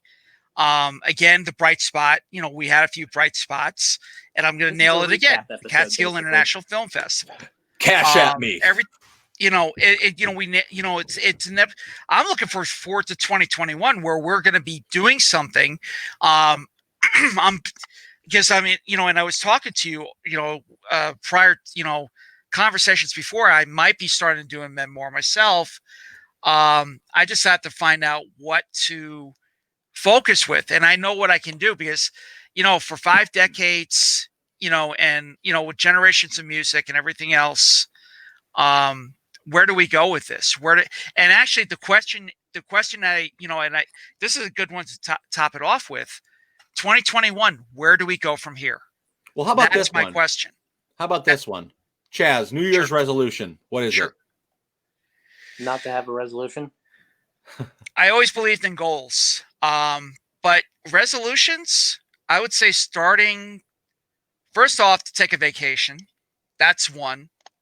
Second one, start the memoir. All right. Well, what is the ultimate resolution, Chaz? I would have to say start the memoir. Yeah. Yeah. What about you, Stefan? What do you feel? To get to a point where so here's the thing, like, as an artist, I know that I'm talented. I'm not saying that to be cocky or anything like that. It's just, you do something long enough, you get good at it. And it takes work. Get to a point where I believe in myself enough to match that knowledge with how that feels inside, and then be able to then take that and run with it and actually be able to create what I think I can if I get out of my own way. Exactly. You know what? It's really relevant. Some of my personal goals is what you just said, is getting out of my own way. One of the main problems I have, and I feel like a lot of people who know me realize, is I juggle a lot of projects. Sometimes, and I work full time, I work full time and I juggle multiple projects, as we all do. But sometimes that gets in the way You know, Yes. your narrow focus sometimes gets too wide, and you end up having 20 million things you're juggling. And your day job just sucks the life and joy out of you. Exactly. So, like, for this year, my main resolution is to stay happy and do what I love to do, and don't let anything else get in the way of that. Because, you know, my memoir, for those of you who've read, if you haven't, the main subject in that is finding internal happiness and, you know, running with it. And every year we're challenged with these crazy circumstances, and I found out what my happiness really was. And it's, whether it's filmmaking, art, and communicating with people like-minded like myself, the sky's the limit. You know, Stefan, you and I were talking a few months ago. We were talking about how years ago I was offered an opportunity with my first film festival to do basically a school, to start some sort of like acting, or, you know, basically everything like filmmaking 101. And going into 2021, though I don't have the finances to do a school, I do think I want to do some classes, whether it's with acting or I got to teach a couple of classes this year for the first time too, and it was immensely satisfying. I think it's something that I could really, it would help me to like give my skills and help others. But at the same time, I want to continue doing what I want. I want to, like I said, with the feature film, I'm on it. I know the first person I'm going to be calling, Stefan, to criticize my work. No, but like, really? No, I'm just like, really? But I'm saying, like, really, Charles? Yeah, right. No, but you know, like, I think that this year is going to be really exciting, and you know, we're going to have a feature film and a short film premiere this year. Really? There will be another film festival, International Film Festival, digital edition, and if I have my way, hopefully, maybe late fall, maybe late summer, there'll be an in-person film festival that's much different than anyone has ever thought of for us. Possibly it will be outdoors. I want to think outside the box. You know, I'm currently writing a horror novel, not a horror novel, a horror novel. And I'm sorry if I'm ranting and raving, but I just, to me, it's an exciting year. And I think we should all have these goals and things to achieve, just so it felt, you know, for us, I know that both of you and probably many people watching, they have the same thing. Like, without the goals, you're just kind of like, you're doing these, just floating. You're floating. You're doing this repetition, same old routine. And whenever we're on set, it's always an adventure. Of course. Whether it's a 2-day shoot or a 6-week shoot, it's always an adventure. You know what, Charles? The thing. 5-second rule. What's that? Sorry, Jazz. Go ahead. Okay, I was gonna say, there's always a thing. No problem, Stefan. It's always nice to have that point of view, that personal point of view, where, you know, you see them in action.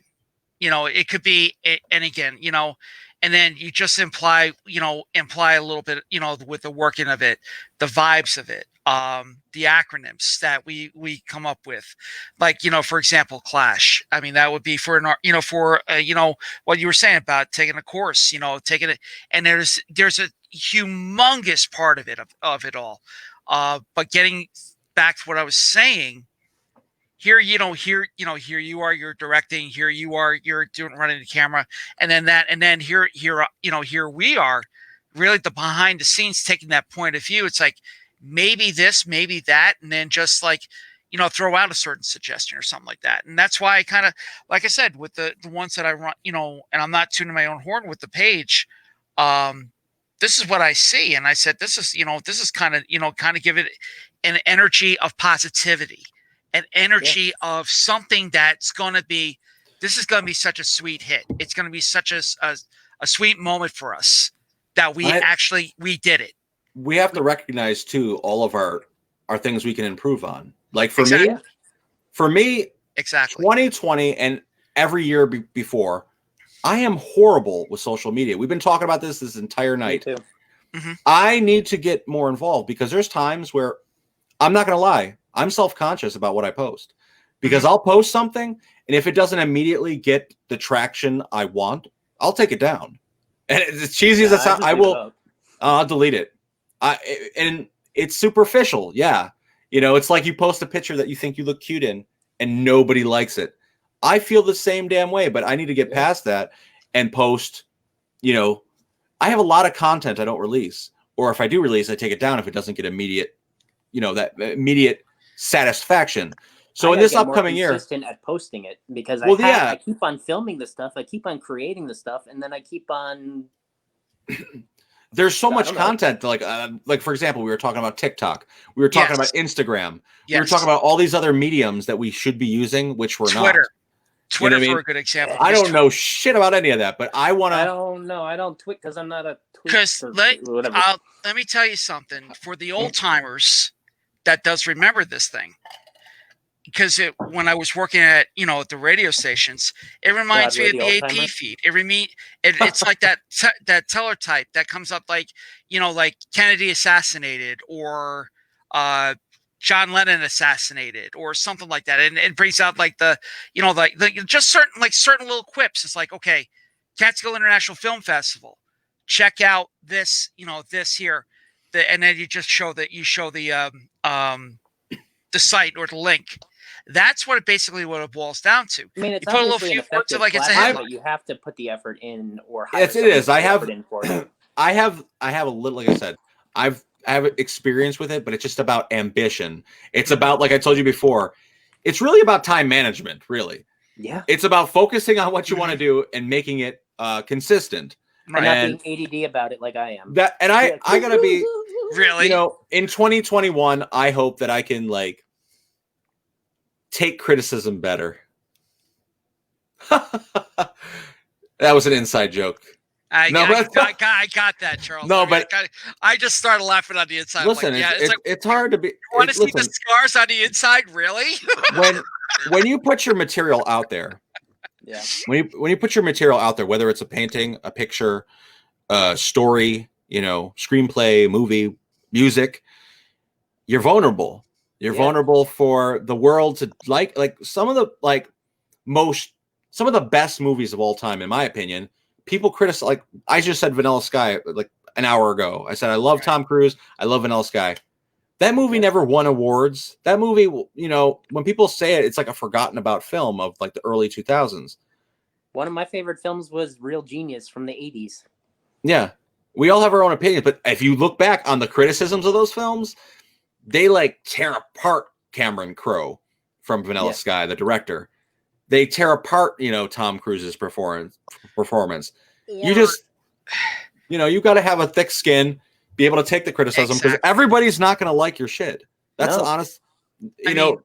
I've been swallow a couple bitter pills this year myself too. I do a lot of work with another gentleman, and I told him when we started working, flat out, if I'm doing something that's not up to standards, you need to just call me out on it.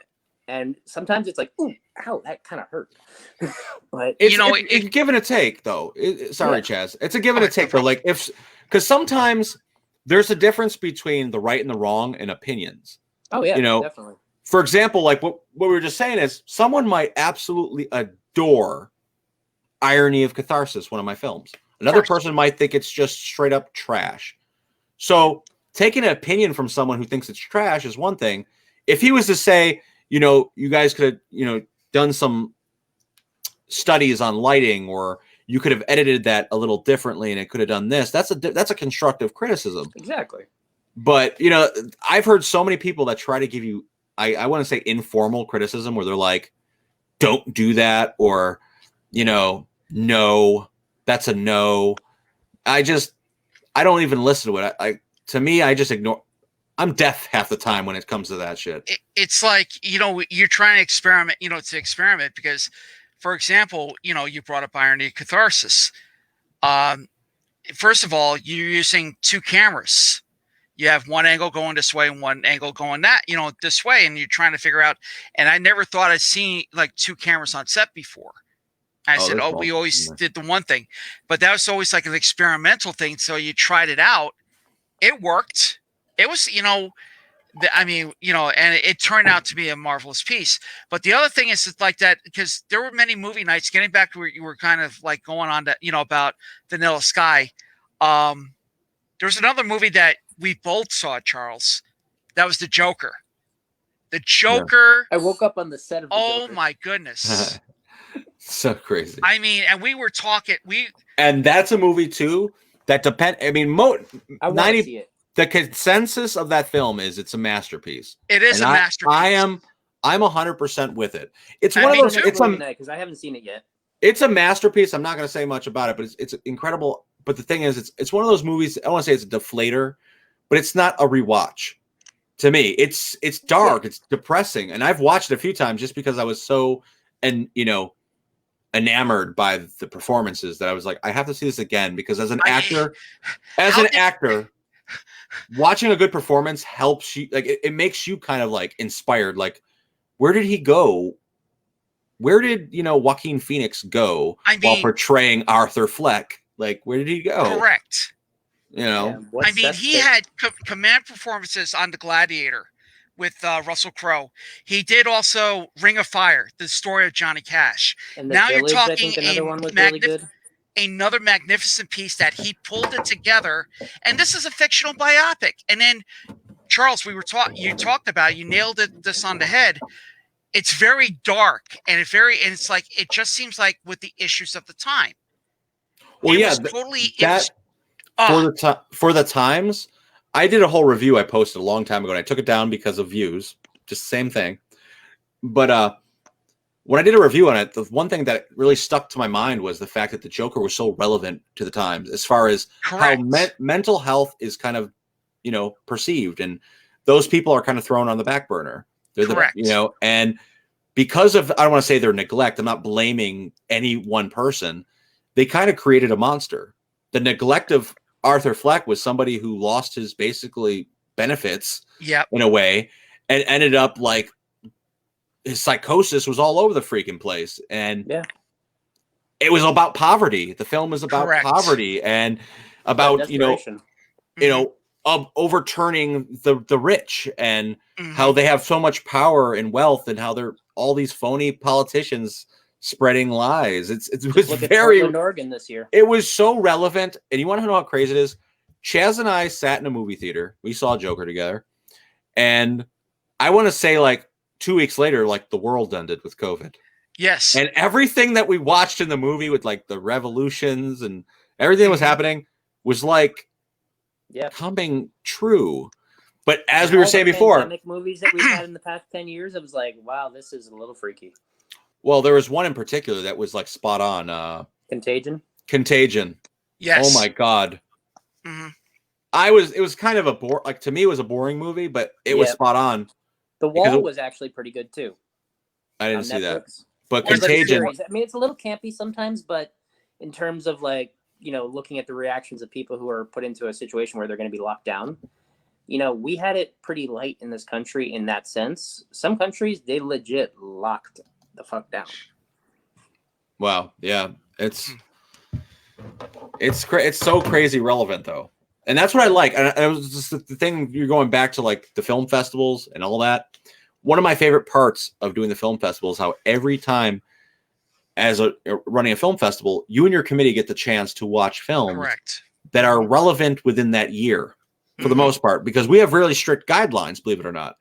We don't want films 10 years old. We want them relevant to the times. So every year you kind of get a voice, a universal voice of what people are all saying. What they're thinking in Canada is what they're thinking in Mexico. And though they might not be the same, you get their kind of, I took a history class or a Western Civ class where they said Weltanschauung, which means world at view. And with that thing is everybody has a point of view at something, like we're not the bad guys in our war story. Socrates. Mm-hmm. Yes. And that's to me the most important part. Like the people we're at war with are their own heroes in their story. Correct. Well, if you think about it, most of the time when you have a conflict with somebody, it's because of something that person does reminds you of something in yourself that you are not okay with. And it's our cultures too, that the way we're raised, the things that we believe, the gods we worship or we don't. And that's the unique part about the United States, not to be a patriot here, is nothing wrong with that. We all come, of course. We're a melting pot of all these other cultures, and that's what I think makes us strong. And I think that is what's wrong with so many people right now, is that they don't view that. They don't want the melting pot. They don't want them. They want to divide, and they want to have it one way. And the truth of the matter is, what makes us so strong is that we have all these other cultures that come together. It's ironic. For my whole life, I thought it was one thing. I'm not going to say what I am, but my sister did an ancestry test, and I'm, we have the same mommy and daddy. We are a melting pot. Sorry. And it only goes back like 200 years. Right. So if I'm all these things within 200 years, what am I 2,000 years ago? Yeah. Right. You know what I'm saying? So it's an all over the place idea. But the fact of the matter is, the great thing about our country is we're a melting pot, and the films that we have. But it also is wonderful when you get those foreign films that show other sides of the coin. Yeah. Mm-hmm. And the other thing also that I found with this year is being open to learning new things and to embracing new talents, and being open to just look, how many times this year in my life alone have I had something start up that seemed very promising, and then it got like shot in the dick. Well, we'll leave it at that. But right, it happened more than a couple times this year, and it was hard to get through. But in the process of doing that, I suddenly discovered that I love gardening. Now I'm growing oyster mushrooms in my kitchen. Like it's okay. like stuff that I never would have even considered doing, but was always interested by. I finally said, well, you know what? Why not? Let's give it a shot. Let's see. And then next thing you know, you find out that I have people calling me for advice on how to do gardening now. I'm like, and previous to this year, I killed every plant that I owned. That's a unique thing though, like, because you found something that you found peace, and you found that you were good at, and it made you feel good about doing it. Yeah. And it probably relaxed the other stuff that I love either, but it helps to create that space of sanity. For me too, one of the things that I think gotta like work on or whatever is just the ability to say no. Yes. There's so many things in 2020 and not my whole life that I've wasted time, and time is valuable. We're all not going to be here forever. Newsflash. But the fact of the matter is, like, I've wasted so many times on relationships that went nowhere. And I'm not talking about like boyfriend, girlfriend. I'm talking about friendships. I'm talking about business relations. I'm talking about like time you've wasted at jobs that you were just miserable at. Yeah. And like saying no. I lock myself in constantly.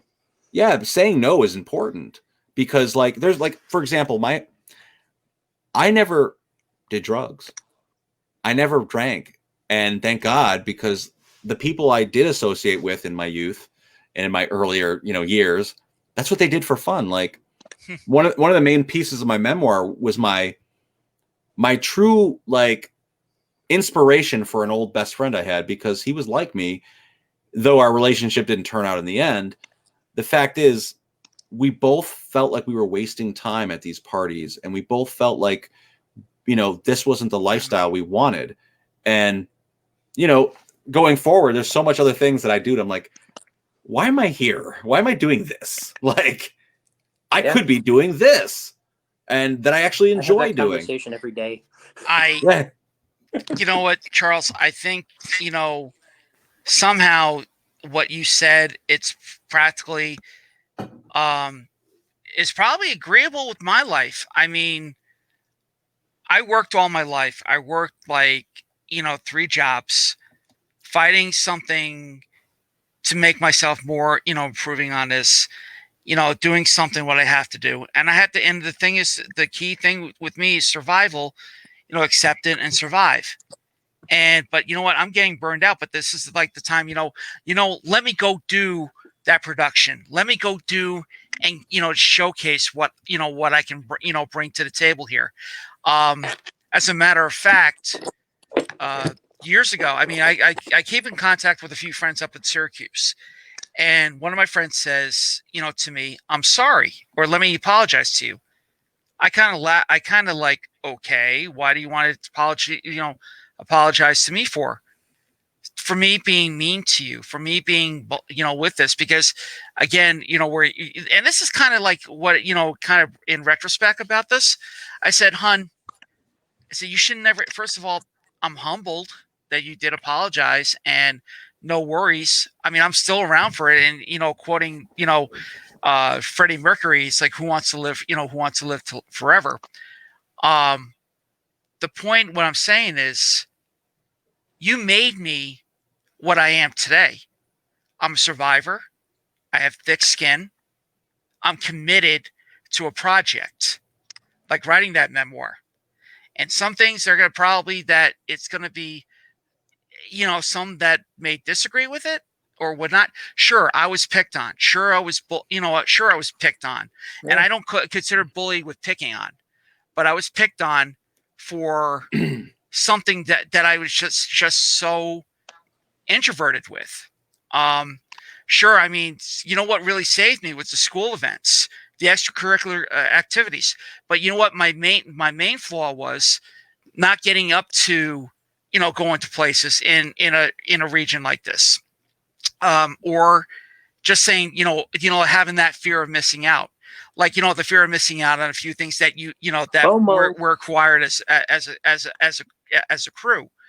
But at the same time, you made me the way I am today. I'm happy. Sure. I know what I have to do. And it's, what it boils down to. It's a lot of common sense. Yeah. You know what? To add to what you were saying is like, and this is, I have apologized to you before. Of course. Because when I first met Chaz, like I didn't know who he was. I met him at the premiere of The Factory. And, right. Here's Chaz, this enthusiastic guy in his late 40s. You were in your 40s then, Chaz. Correct. Yes. Mm-hmm. And here I am in my young 20s. Young, chipper little guy. I'm a little chipper guy at the time. And, I met Chaz and I was like, who the fuck is this guy? It's like, like. We can laugh about that, sure. You know what I'm saying? Like, who is he? Mm-hmm. Why is he talking to me? I didn't even remember who you were when you called me. I was like, wait. Exactly. But I remember, like, because when Chaz first got in, it wasn't easy being on set, because everyone knows on set I'm an asshole sometimes, but I don't mean to be. We all know. But Chaz got it way before you, Stefan. But I remember, like, at the premiere, like, of one of our big films, like, Chaz took a group shot. Yeah. Chaz took a group shot, and one of the people that I was really close with, like, literally cropped a dog head over Chaz's face. Right. Out of a group shot with like 30 people, and posted it everywhere. And I felt responsible for it because at the time I was, it was my film. I was the head of this thing. And like the person at the time was my best friend. And, why would I go against this? And this is a person now that has no relation with me. The person that was my best friend, and like Chaz has become family. Mm-hmm. I mean, like, if he needs anything, if I need anything, I know where to go to, who to go to. Mm-hmm. And that's the thing. And that's of the cloud. Like, you would never know. Mm-hmm. Yeah. One of my best friends, I wouldn't have become best friends with her if we both hadn't have gotten screwed over by the same woman. Like we were going there for like a business mentoring thing, and really what it was, the lady was basically just sucking talent off of young people and feeding them hopes and dreams and stuff when they're young and stupid. And then after a while, you just kind of go, oh, that's what this is. Yeah. But as a result, I ended up getting a best friend from it. So like there are tragedies in life. There are things that go wrong. There are things that are hard and difficult, but there's usually at least something that you can take out of it, even if it's a bittersweet lesson. I feel like there is a lesson to be learned with all this. Like, like sometimes and part of it, I think it might be growing up. I don't know. I can't speak for Chaz. Chaz is a little bit more wise when it comes to that, but I feel like we never stop learning. Exactly. But some of the relationships that I had over the years, going back to relationships, we feel like they've led us nowhere. But to me, it's always like in the book that I wrote, it's like chapters in your story. They're a part of your journey, whether they're good or bad. They, like Chaz was saying, they make you who you are. Exactly. But it's an interesting, how all of us came together. Yeah. Mm-hmm. over the time. And you know, and I kept reminding him, it's like, you know what, and I'll still remind it. It's like, you know what, I remember when I was your age. I remember, and this was a good thing about this because motivation. You bought the key to motivation for this. You bought, you know, the hard work, passion of it. Whether you're either, you know, and I'm passionate about music. I'm passionate about acting. I'm passionate about that thing and that hunger for it. And I kind of chuckled back then. I say, hey, do you remember him back at your age? I'm like, yeah, I do. And I kind of crack up about this. So this is what I like about it. And it's again, it's all about the passion. And then, you know, and then on other, you know, certain pages that we do run, I mean, I usually, you know, say, hey, check this out. This is another point of view that I want to say about this. Now, I'm glad we're doing this right now with the model, you know, like this type of thing, you know, the conversation that we had, and we brought up some good memories about it, and just to reflect and take a retrospect of certain things. And by the way, it was like this two format, releases. it opens it the up. Factory was yours, and I was in The Savior. What is it? Oh, not that. Savior of None. Yes, thank you. And I did. I'll give you a fun fact with that. I was the promotion. I did a lot of marketing and promotions to that movie. So that's how the twist of fate, or how we came together about it, Charles. Because I saw something in you, and I'm not buttering this up now. You're becoming more wiser and what the crafts to any director. Okay. The skills and whatnot. And yet we're still standing together stronger than ever. Yeah. And I'm looking forward to this year. Thank you, Chaz, for, you know, that. I mean, I'm looking forward to this year. It's going to be bigger and better. And one thing we all got to work on is like keeping in contact, keeping, you know, pushing forward, because if we're not consistent, we will fall. Of course. And, you know, if we're not working hard this year, we got to work harder than ever. Because what I want to do is in the next few months, I want to like be working so hard that the middle of this year is going to be like little bombs dropping of like successes, and they're going to be successes for all of us. So I'm really excited of what's going to happen this year. And, you know, I don't want to keep this chat going too long because we're going on the 2-hour mark, which is incredible. Wow, I gotta eat my 2 hours, and I'm hungry. I want some pizza. But I'm gonna probably toss on a field. I got like the salmon spread with Ritz crackers. I mean, I was supposed to have guys. I don't think the world cares. Well, I mean, but you know, we can talk about this offline. You know? I'm gonna have some Ritz crackers. Yeah. Pizza and Taco Bell. Well, we're talking about pizza. God, pizza where? So on that note, but this was fun. This was fun. Doing this more often. We'll be doing this more often. We will post for all those that are watching. Which, believe it or not, there's a few people watching right now, but there's a bunch of comments that I guess you don't know until they're all done. But I can't see them on this feed, but I could see them when I go onto Facebook. So every so often, while you guys were talking, I was going on Facebook, and there's been comments. But that sounds ominous. No, there's no. Everyone's saying positive stuff. They are agreeing with us or calling us stupid. No. But thank you guys so much for watching. Thank you guys so much for watching. Thank you guys. It's been awesome. We're gonna post more, and stay tuned because you never know what we're gonna talk about. Let us know. Absolutely, we'd love to throw anybody on the show, and let's have some fun.